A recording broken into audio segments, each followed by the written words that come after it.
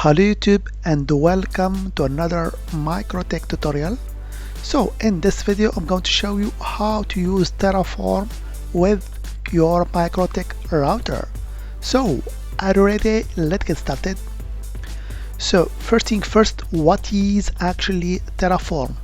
So Terraform is a tool that allows you to automate your infrastructure configuration, okay? So instead of entering, for example, commands on your MikroTik terminal one by one, you can just define them in a file or couple of files, okay, which actually has the extension of TF, which stands for Terraform, and they will be actually applied automatically when you run certain commands. So I will show you how you can do that, okay, here. As an example here, we are taking here our MikroTik, okay. So if I get connected here using WinBox to MikroTik router, we're gonna actually use Terraform in order, for example, to change the identity of this MikroTik. So here, for example, if I go to your system menu here and we go to identity here, we have here this identity here. So as you can see right now, our identity is set to MT01. We will try to actually change this behavior, okay, or this variable here using Terraform. But of course you can use it to change whatever you want in your MikroTik router. But as a simple example here, we'll begin with changing this identity here, okay. So first thing first, we have actually to install Terraform, okay. So here I am under Windows. So simply you have to actually download the executable depending on your platform to your actually file system here. So for Windows you have just to download the terraform.exec file from the main website, and of course you will find the website on the description of this video, okay. So if I go to the website actually, which is developer.hashicorp.com, you can find here the link to download to your platform. So here if you're using actually Mac OS, you can just use the Brew package manager to install it, or if you are under Windows, you can just click on this link to download the executable file, okay. So me actually I already downloaded the executable file. So if I go to my command prompt here, you can see that I created a directory called Terraform, and inside it you will find another directory called MikroTik Terraform. So let's go to this directory here. Here we go, and here you will see that I have a couple of files, but our executable is also present, and the name is terraform.exec file, okay. So you can verify the version that you have installed using Terraform -v, okay. So you can see here I'm using version 1.14.3, okay. It's an older version, but it doesn't matter, it gets the work done, okay. And after that we have, as I told you, to set up a couple of files. So for that you can use actually any editor you want, but the best one that used by most developers is called VS Code. So let me show you, this is it. So here you can see under this directory that I have created, MikroTik-Terraform, I created a couple of files, and I will show you with which file you will begin, okay. So in order to connect with RouterOS, okay, we have to use what we call providers, okay. So here I'm using a provider called Terraform-routers/RouterOS, which allows you to connect to your MikroTik RouterOS, okay. So here you define this file here called providers.tf, and you simply paste this code here, okay. And of course here we want to connect to our router OS, so we have to provide host URL, okay, or IP address of our MikroTik router. We have of course to define also the username and the password. And here we have another variable called insecure, which equal to true.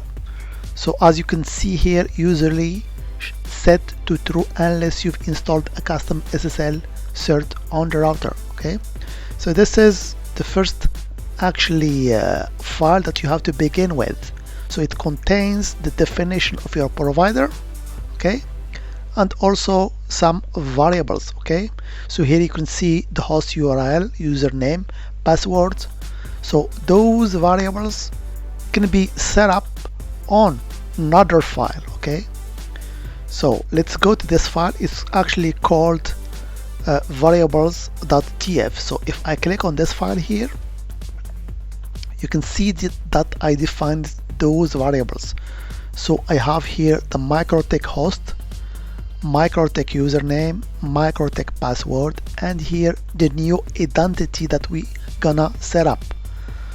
Okay, so if I go to the main, actually to the provider, you can see those variables here: MikroTik host, MikroTik username, and MikroTik password.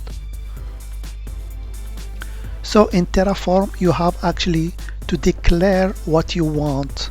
So for example, if you want to change the identity, you have to declare this resource, and those declarations are done in the main.tf file. So here you can see that I defined a resource. So this is the resource RouterOS system identity. Okay, and I want to change it. So that's why I defined another variable called new identity, and this variable will be used in order to change the identity of our router. So here you can see that I have another file called credentials.auto.tf_vars. So here I define all the variables that I want to use.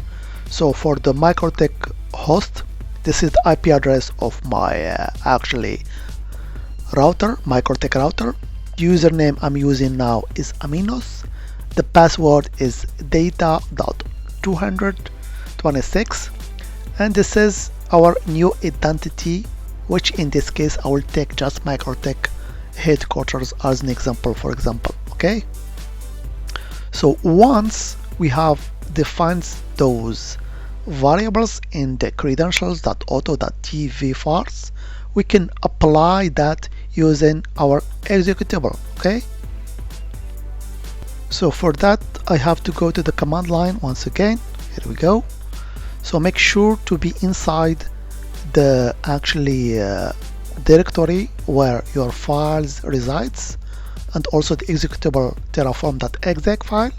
And first command is of course to initialize Terraform. So you have to execute Terraform init.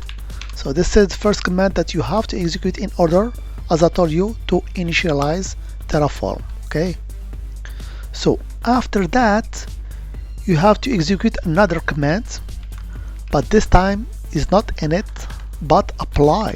So this command will actually apply the configuration that you have set up in your main.tf file.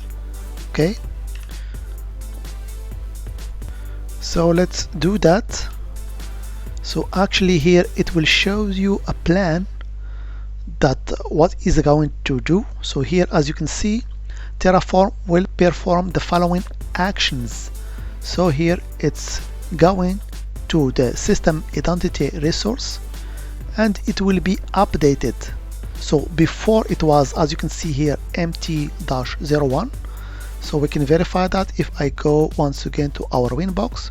So you can see here the identity is empty-01, and now it will be MikroTik headquarters. Okay, so as you can see here, there is 1 change, 0 destroy, and 0 add.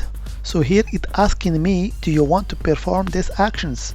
So you can just apply yes, and here you can see the apply is complete. So we have here 1 change. Okay, and we're gonna verify that once again. If I go to actually WinBox, we have to log on once again. Here we go, and voila, as you can see, now we have new identity. We can verify that, of course, in our system menu and identity, and indeed it has been changed for MT01 to MikroTik headquarters. So you can see how powerful it is to use Terraform in order to modify your configuration automatically using just files instead of actually doing that manually on the terminal. Okay, so you can see how powerful Terraform is. So you can use it to automate repetitive tasks and also to track actually the changes that you have made, because Terraform actually store that on files. Okay, and you can also roll back your changes. So if you did some changes and you don't want them anymore, you can roll back and go to the previous actually state using the Terraform destroy command, for example. But here, as an introduction to Terraform, I didn't want to show you all the commands that you can use. I just want to show you how powerful Terraform is. Okay, so that was just a brief video to explain how you can use Terraform with RouterOS. So if you found this video helpful, don't forget to subscribe to the channel and leave a comment or like if you want. So otherwise, I hope it has been informative for you, and I'd like to thank you for viewing. Bye bye.